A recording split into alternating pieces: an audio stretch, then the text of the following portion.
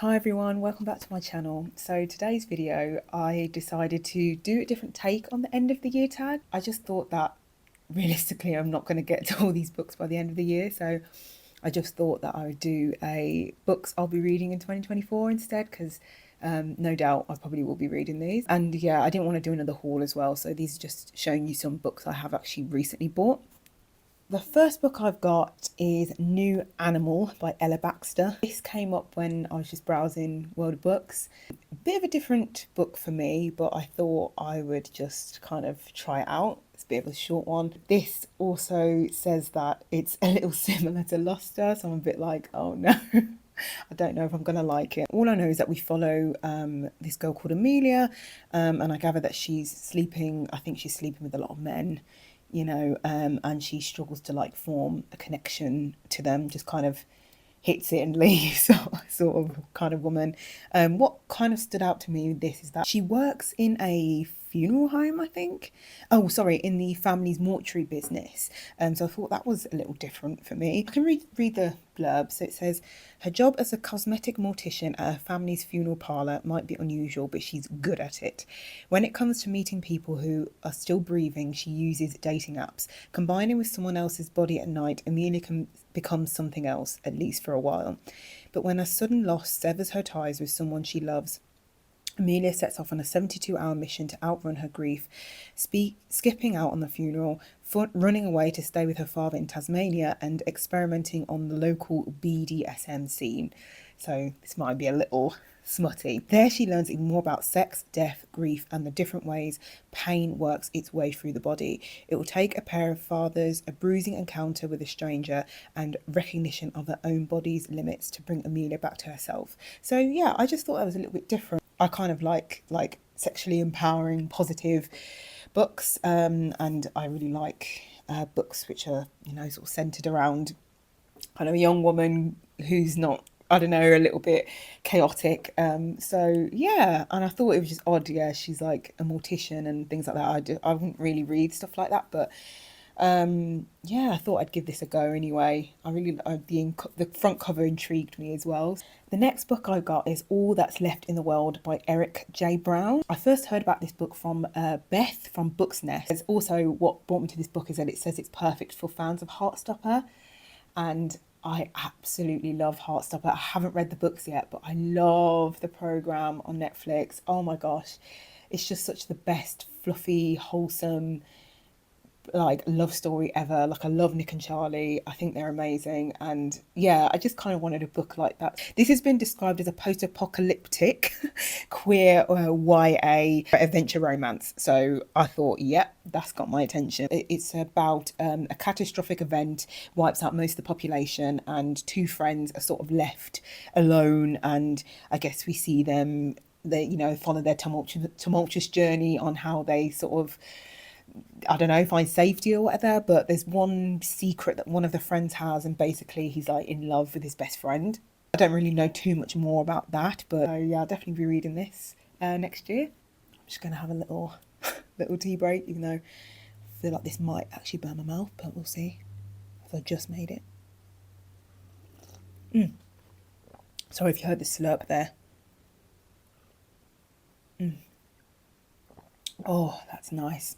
The next book I've got is A Little Life by Yanigahara, and I know this book is very old now. I know it's been very popular. I just thought I wanted to read something chunky. I wanted to read something heartbreaking, something emotional. And I just saw this kept popping up, and I was like, yeah, I think I'm gonna give this a go. I won't delve too much into it because I think everyone knows what this book is about if you haven't read it, but it's centered around four classmates from college that moved to New York, and I think we follow their lives and their relationships, how they change and evolve during the decades.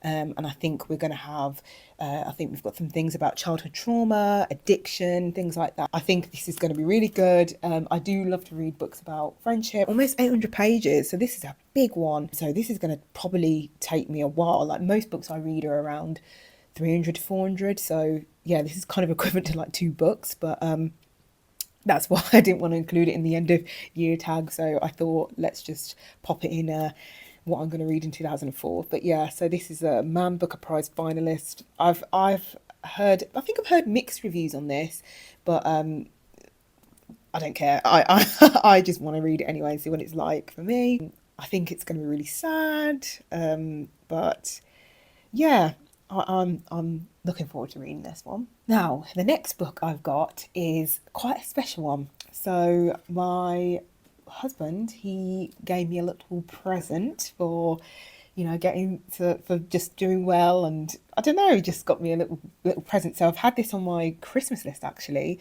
I haven't actually read the book, but I watched the TV series and I really liked it. Loved it even.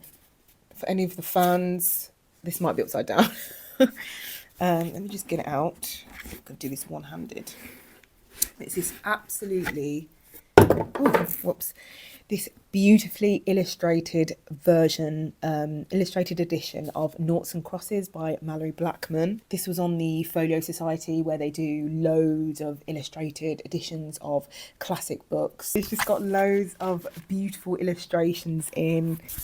You can see lovely illustrations here. Beautiful. It's absolutely gorgeous, and yeah, it's such a collector's item. I haven't actually read Noughts and Crosses. Yeah, I don't know why I never read this when I was younger. I feel like it would have been right up my street, but I'm excited to read it now as an adult. So if you don't know what this book is about, I won't go too much into it because it's a very, very popular book. I'm sure you do know it. So this is a dystopian YA thriller. It's basically set in a dystopian Britain called Albion. It's a segregated society where the light-skinned Noughts are suppressed by the ruling black crosses, essentially. So it's kind of weird. So it's like, in this world, like, the black crosses are the elite, they're the rich, they're the wealthy, and then the white light-skinned Noughts they're oppressed, they're, completely poor, very, very beneath society. So this is about basically a girl from the cross daughter of the government official, so Stephenie. She falls in love with the Nought housekeeper's son, Callum, and we kind of follow them and their journey of like forbidden love, essentially. Yeah, I'm really excited to read this. I can't wait. I might even break what this video is about. I might read this during the Christmas break. But yeah, I'm super, super, super, super, super excited to read this. I think it's absolutely beautiful book. That's the spine, but I'm just definitely going to keep it in the box when I'm not using it. To be honest, I'm too scared to even read from it because I don't want to get water on it or anything. But yeah, I can't wait to read this. I think I'm going to absolutely love the book. I'm just so surprised I haven't read it before. Malorie Blackman is a Black British icon. The Noughts and Crosses series is huge. And yeah, I mean, better late than never, I guess. So the next book I've got is Precious by Sapphire. It's actually called Push by Sapphire, but Precious is the film. So I picked this up because I have watched Precious so many times. It is such, oh my gosh, it's such an emotional, harrowing story of a young girl called Precious Jones. She's illiterate, she's 16.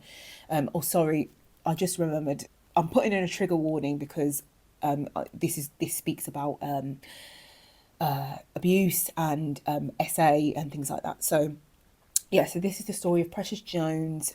She's 16, she's completely illiterate, and she is just treated so poorly by her parents, especially both her mother and father really, but mainly, God, yeah, both of them are awful. And her dad abuses her, essays her, and we follow her as she is pregnant with the second child from her father. So it's very, very, it's a very heavy topic, very heavy. So she gets kicked out. This is all in the blurb, by the way. So she gets kicked out of school and she's put into an alternative school where she, I think, does her GED. She meets a really determined teacher who wants to help her. And yeah, we just follow that. Oh gosh, this is going to be very, very hard to read. But the film is amazing. It's I can't remember the name of of Precious, the actor. Oh, I can't remember. I'll put her name down. But I know the mum is played by Monique, and she is phenomenal. such a brilliant actress. And I know for that film, I know there was a lot of controversy because she didn't get paid enough and things like that. But aside from that, she's phenomenal, brilliant. And Mariah Carey's in it as well, but you wouldn't know it because she doesn't look like her, and she does a really good job as well. If you haven't heard of it, I think everyone's probably heard of this, but if you haven't heard of the film and you're okay with watching stuff like that, I would highly recommend you watch it. It's very good, very moving. It's very sad, but it's a very moving film. So I really wanted to read the book. So I picked it up, and so I'll be reading that. This next book I'll definitely be reading in 2024. The book is Insatiable by Daisy Buchanan. I just finished another book I read from her, which is a recent book called Careering, which I really enjoyed, and that will be in my read and wrap up video. This book, I'm not actually too sure what it's about, but I'll just read the blurb. So it says, stuck in a dead-end job, broken-hearted, broke and estranged from her best friend, Violet's life is nothing like she thought it would be. She wants more, better friends, better sex, a better job, and she wants it now. So when Lottie, who looks like the woman Violet wants to be when she grows up, offers Violet the chance to join her exciting startup, she bites. Only it soon becomes clear that Lottie and her husband Simon are not only inviting Violet into their company, they are also inviting her into their lives. Scandalous.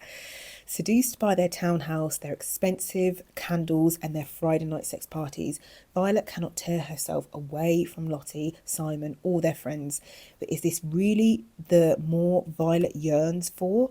Will it grant her the satisfaction she's so desperately seeking? Insatiable is about women and desire, lust, longing and the need to be loved. It's a story about being unable to tell whether you are running towards your future or simply running away from your past. The result is at once tender and sad, funny and hopeful. So yeah, I'm really excited to read this. I think it's going to be quite gritty. I think it might be quite smutty. I'm assuming that she gets involved with the couple, and I'm assuming, I don't know, do they start like a polyamorous relationship? I don't know, but I'm interested, I'm invested, and I want to know what happens. So we've got Dolly Alderton, and who I really enjoy her writing, and Marion Keyes. They have left recommendations for this book. I have a feeling it's going to be very, very, very dirty, probably. So yeah, if you're looking for a bit of like a dirty book, we'll see if this one is good. And the next book I don't physically have because I've just ordered it. This has been on my TBR for a while, so it's called Sugar Baby by Celine Saintclare. This is a book all about sugar babies and their high-paid sex work and just, I guess, escorting. And I think, again, it's going to be a very gritty read. It says it's perfect for fans of Luster, Queenie, Insatiable, which I just showed you, and the BBC drama Click, which I really enjoyed, and HBO's Industry, which I really enjoyed as well. This book also reminds me of a drama as well that I watched on BBC Three called Mood, which I really, really, really enjoyed. But anyway, this book follows a mixed race girl, Agnes, who's 21. She's living at home. She's got a really religious mother. She's sort of down on her luck. She's doing a cleaning job. She's not really sure where life is heading. I mean, she's 21, so no one really knows where their life's heading at that age. But anyway, she spends a lot of time going out, partying, drinking most weekends, spending her money. So she meets a young sugar baby at a club. She just opens up to this completely new world that she's not used to, going on dates with rich men, being showered with gifts. I think she moves to Canary Wharf. I think this is set in London as well, which I really love books that are set in London. This kind of like takes a peek behind like the hushed lifestyle of like, the sugar baby industry. And I'm really, really excited to read that. Just from those comparisons, like Queenie, Insatiable, I haven't read, but the BBC show Click and Industry, I think I'm going to enjoy it. And then finally, last but not least, I actually ordered the Twilight Saga. So I can't be bothered to go and get them now, but everyone knows what they look like. So I've got all of the books from the Twilight Saga. So I've got Twilight, New Moon, Eclipse, Breaking Dawn, Midnight Sun, which I haven't read, and I've got the 10th edition of the Twilight, so it's got the Life and Death book, so I think it's like Twilight reimagined, so I'm excited to read that. I'm planning on reading Twilight Definitely reading it next year. Probably going to take me the whole year to read all of the books. Yes, I'm excited to read that, and I'm going to order some new covers for them, just because I ordered them secondhand and the covers are a little bit they're not bad, but I just saw some really nice covers I saw online and I really, really want to get them. So when I get paid, I think I'm going to buy them, and they're going to be coming from America, so it's going to take a while for them to come. So it'll be like, I guess, a Christmas present for me. So as soon as they come, I'm definitely going to show you what they look like. As soon as I saw them months ago, and I was like, oh my gosh, I have to have them. I haven't stopped thinking about them, and usually that's a good sign for me to purchase, because they are a little bit pricey, but it's worth it for the happiness. So yeah. That's what I plan on reading in 2024. Let me know if you've read any of these books, or if you plan on reading them, if any of them sound good at all. All I know is that I'm really trying hard to buy books which I really, really want to read, and not just, because sometimes you're just so sick of 3-star in books all the time. I think all these books here I'm generally really interested in. I guess I wouldn't buy them if I wasn't, but I think in the past we've all been guilty of it, but buying books which you just think, oh yeah, that sounds all right, and then not really getting around to reading it, hence why our TBRs are so full. So yeah, hopefully you enjoyed this video, and again, thank you so much for all of your kind comments. I really appreciate it. But anyway, I'm babbling on far too much. Let me drink my tea before it gets cold, and I'll see you in the next video.